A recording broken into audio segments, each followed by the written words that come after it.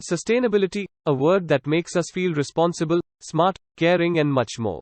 Well, this was not the case in the business world when companies were focused more towards short-term profits by creating long-term damage to the environment. Public dissent towards them grew larger day by day. In response to this dissent, companies began to incorporate sustainability as an ethical responsibility. As discussed in the previous video about how we produced and consumed goods, without the care for the environment, and the rate of such reckless consumption and disposal of used resources could have devastated the world we live in. Welcome to Force Edu, a place where all the business and supply chain enthusiasts come for a weekly dose of knowledge. If you have not yet subscribed to our channel yet, you are missing out on a value-adding content.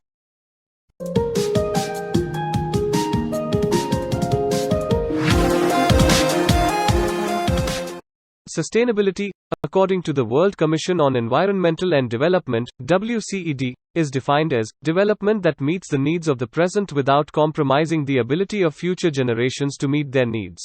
Well, in our business world, sustainability encompasses around three perspectives, which are economic, environmental, and social sustainability. Now let us begin with economic sustainability. In operations, we are basically focused towards reducing the costs and expenses to drive revenues for business, but in economic sustainability we do have to reduce the cost, but make sure that the world we live in is not negatively impacted in any manner. Let us take an example. Suppose you are the owner of a plant. Now, to reduce cost, you dump your liquid waste directly into the river located nearby, thereby driving your revenues and maintaining the economics of your business. But in economic sustainability, you would not dump the waste directly into the river. You would rather treat it by any means, possibly make it less toxic, and then dispose it into the river.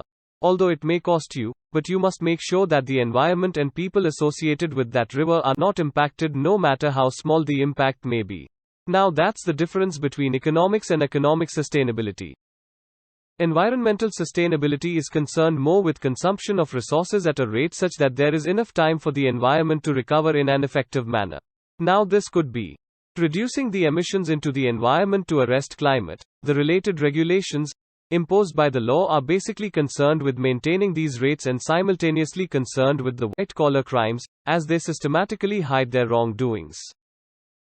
Apart from these regulations, technology plays an important role here. We are aware that the advancement in technology, like renewable resources development such as solar power, help us in maintaining sustainability.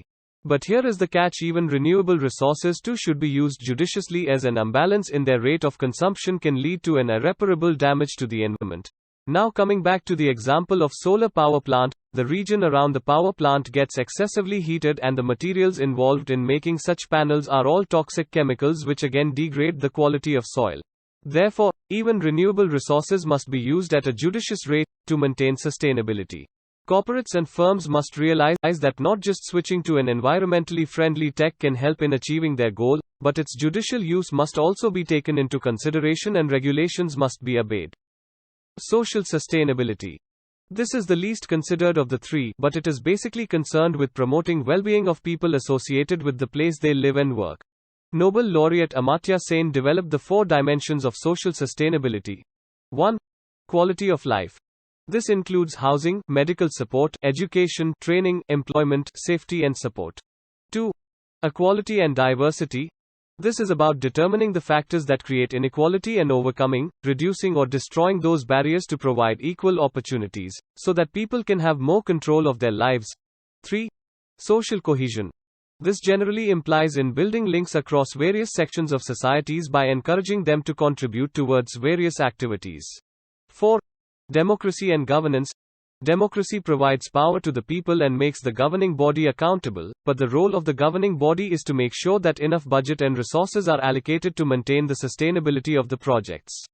Overall, social sustainability is about how the business impacts the life of people associated with it, from employees, workers, stakeholders, customers, and local communities. It's all about the human cost of doing business. Consumers these days are well informed and have realized their responsibility in protecting the world, so they prefer to buy products or services from businesses that share their concern.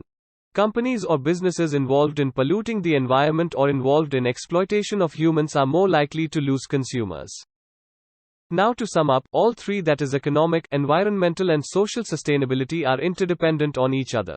Thus, managers must consider all the three dimensions for achieving the goals of sustainability in the organization. Thank you for watching the video.